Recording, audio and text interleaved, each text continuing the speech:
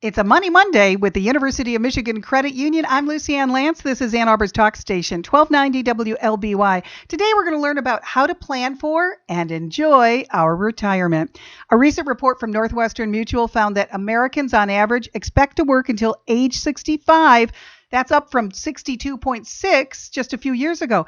Many are working much longer than that, even if they can afford to retire.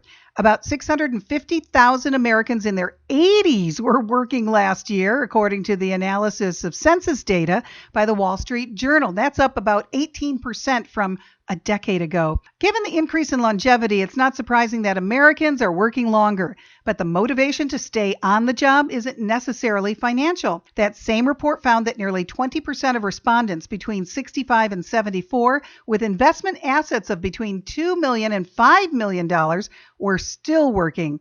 So what does this tell us? Experts believe that for many people, even though they may be financially well prepared, the emotional aspect is what is most difficult. Well, let's continue our discussion on this and get his thoughts when we're joined by Mark Munzenberger, UMCU Financial Education Manager. This is one of the big questions of life. When should I retire, Mark? Yeah, this segment, Lucianne, it's a little personal for me, at my stage of my career. And I do kind of think about this a little bit. And I think a little bit about my own personality and how will I transition into a less than an 8 to 5 sort of work week. So it's really been something that has piqued my interest. And this study and really dove into it and I got some really good information to share. Don't you think that if people may be really set for retirement with what they need, that they may be a little skittish because we've seen the ups and downs of our money just over the last few years alone? We had the pandemic, of course, and then it all depends on the economy. And so there are many factors at play here, and maybe people are just playing it smart right now. Right. Yeah. Isn't it fascinating when you think about this, for many of us, that security of that regular paycheck, that we've experienced for years and years. And my goodness, we get so used to it. We get so reliant on it. And the thought of pivoting our lives financially to rely on a combination of Social Security and pension and savings and other resources can be a little unnerving. And that really, beyond just the financial aspect, it's that emotional aspect that really plays on us. It really does. Yeah, for sure. So tell us about the 3 stages of retirement, Mark. Yeah, I really thought this was interesting because as we think about retiring in our 60s, maybe later in 60s, even 70s, a lot of financial experts would tell you that, those first maybe 5 to 7 years are kind of referred to as the go-go stage. We could see some traveling. We could see a little bit more adventurous type of behavior where, of course, there's going to be a price tag involved. But that's the stage of your life where you perhaps have the energy and the health to sort of do things that you haven't done in the past. All right, so that's go-go.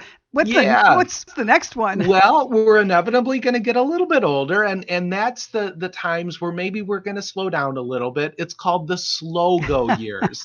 and we tend to maybe dial back on some of the travel, maybe a little bit more local, still staying active, still trying to enjoy things, but slowing down a little bit, probably a combination of our age and our health. And then finally, Lucianne, we all know inevitably we're going to get to a point where it's probably not going to be feasible. And that's kind of called that no-go age, where we're primarily going to be, in our municipality, still contributing to our communities, but maybe not able to travel as much. All right. So if you delay retirement, then you might be delaying the better part of retirement, the go-go, right?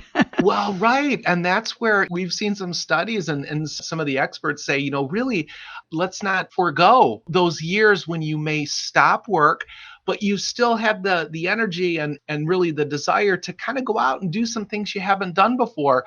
Let's not wait so our advanced age may prohibit us from doing those type of things. So they really encourage you, come on, you can do this. All right. So how do you make the transition from working to retirement? What's your advice? Yeah. Well, a couple things. Some good news here, Lucianne, with the current job market, certainly skilled workers are in demand. And what we've seen a lot is employers and just the economy in general are more open than ever to bringing on seniors in the workforce. And so what we're really suggesting is perhaps take baby steps rather than go from absolutely on Friday you're working and on Monday you're completely retired. Maybe there's a transition, maybe sort of a phase transition where you go from 40 hours a week, maybe down to 15 or 20. You still feel you're contributing, you're still staying sharp, but you're pulling back a little bit and starting to find that balance. So baby steps is a good suggestion. All right, let's talk about paycheck. It's really important, right? Well, for sure. And remember, we talked about that up front. It's that security blanket that we've had for many, many years. And the thought of like, wait a minute, I'm not going to get paid every 2 weeks. How will I possibly survive? So I really suggest that even a couple years before retirement, you really start working with your financial advisor and understand how will you convert your savings, your retirement benefits into a monthly income stream. That could be 401k money. It could be an IRA. Let's understand what we have for Social Security. Some retirees choose to purchase an annuity, which is an insurance product that pays a monthly benefit. So we want to think about this stuff before we retire. So we've got a little bit of peace of mind as we're getting closer to actually kind of, moving over into full-time retirement. You also recommend keeping your day planner. Why? Well, I know personally, Lucy Ann, I'm a very structured person. I can tell you one of the things I do on Monday is I look at my whole week and I sort of kind of map it out a little bit. And they really suggested that as a retiree, don't necessarily lose that ability to plan ahead, but make sure you're filling your calendar. Don't necessarily wake up each day and sort of wonder what you'll do. Keep yourself busy, plan ahead a little bit, space things out. And they really have found that you feel that sense of control is something that a lot of people like me, I will probably work close to 40 years.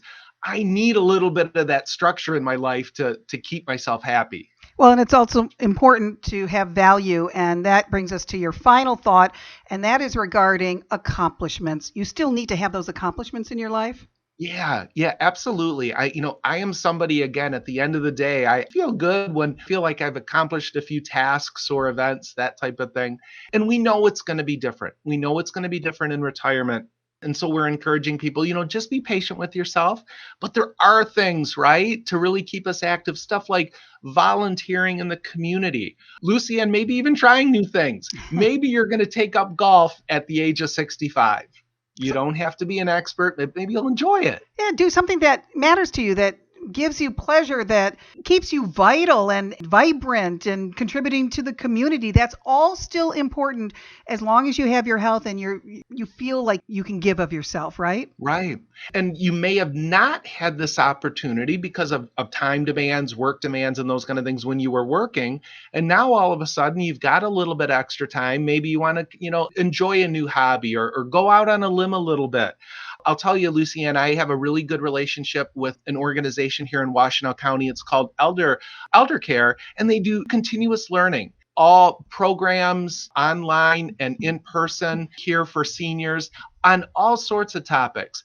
Being a continual learner, I think, is fascinating, and take advantage of community college and those kind of programs.